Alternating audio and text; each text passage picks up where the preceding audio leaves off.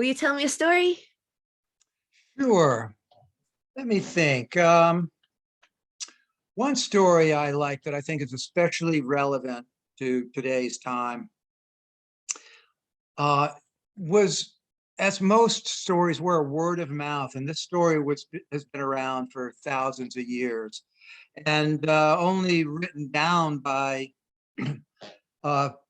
people in the 1800s. So it's good to allow stories to evolve and develop.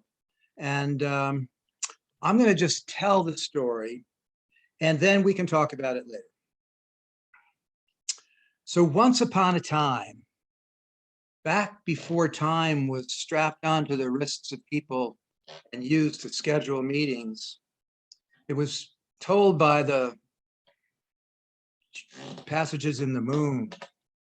The king was out hunting with his band of warriors.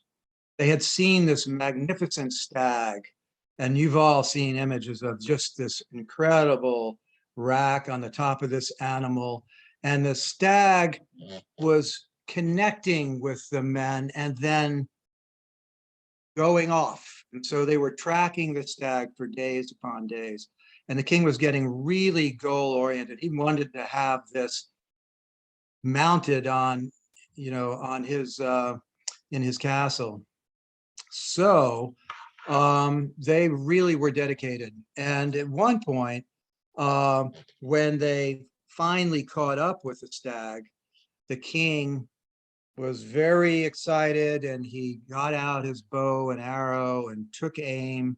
And sure enough, the arrow hit its mark, a perfect heart shot. The animal died instantly. And the men went up to claim the prize, this trophy. And as they were all going about the business of arranging to transport the prey back to the castle, all of a sudden, they heard a rattling and wrestling and the trees were all shaking and pounding. And out of the woods came a huge giant with a huge club, who looked at the men and said, "What have you done? You've killed my deer. I'm going to kill you all," and raised that. And the king got very nervous and said, excuse me, I'm a very important person. Let me tell you that we can work something out here. Tell me, what will it take for you to spare our lives? Well, I'll tell you what. I'll give you a riddle. If you can answer that riddle in 1 year, I'll release you. And the king says, oh, no problem. We got that. So the king and his men went back to the castle, and the king decided that next Monday morning to call a meeting. He got the men of the round table together and said, guys, we got to figure out the answer to this riddle. We have a year. And the magicians from the university and the warriors are saying, no problem, a year, we can solve anything.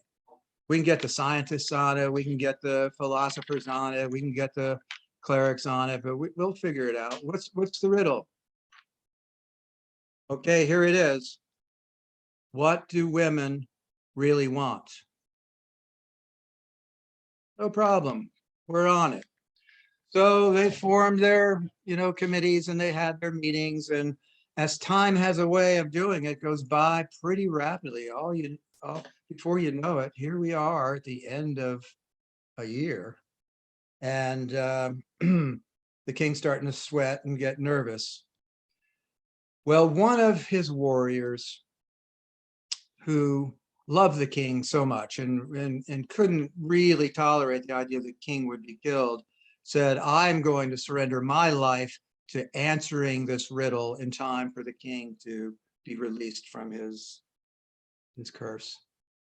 So he gets on his horse and he just rides out, trusting his guidance and the horse's guidance to find the answer. And he's riding through villages, looking around for some sign.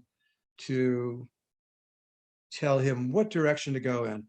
And then in one village, he saw this old crone with the hood over and the cane. And as he rides by, she looks at him and says, "I know what you want, Sonny." And he jumps off his horse and goes up to her and says, "You do?" She says, "Yeah, you want to know what women really want." And he says, "How did you know?" And she says, "Well, I'll tell you. I'll tell you the answer. But first you have to promise me something." "Anything," he says.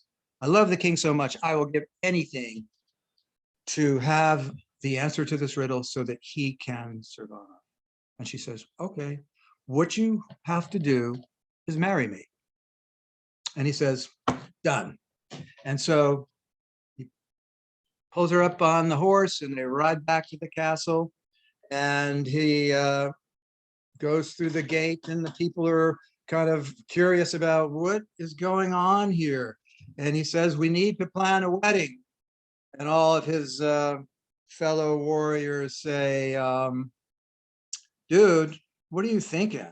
You know, like, she's an old hag. What, you're going to marry her?" "Yes, I've agreed to marry her so I can save the life of the king." And they're all going, "Whoa, that's weird." But they prepare the ceremony. All stops were pulled out, beautiful ceremonies prepared. And at one point in the ceremony, the priest or the minister or whatever that title was at that time in that story said, "You may kiss the bride."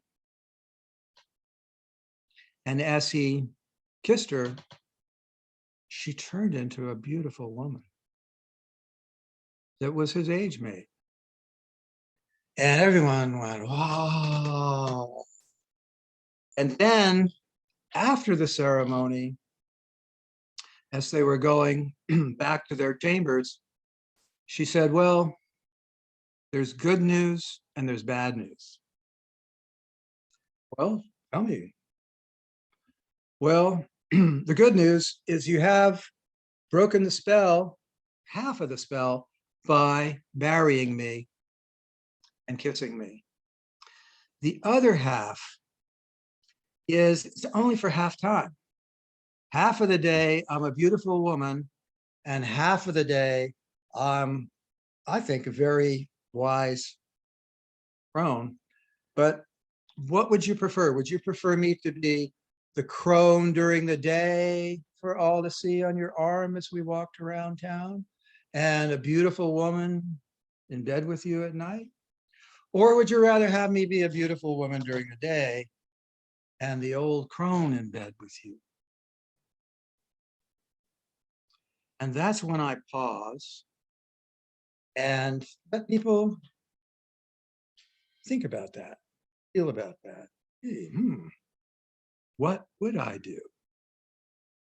And oftentimes I'll tell this story in a marriage counseling session where the issue is relevant to the couple.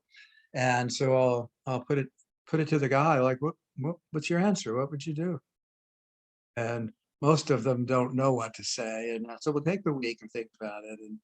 And there's something to letting the story marinate for some time.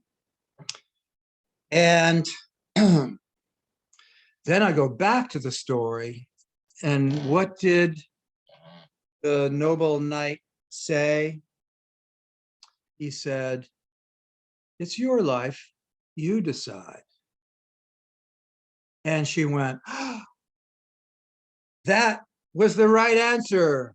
That broke the other half of the spell." Ta-da! Well, thank you so much for sharing that story.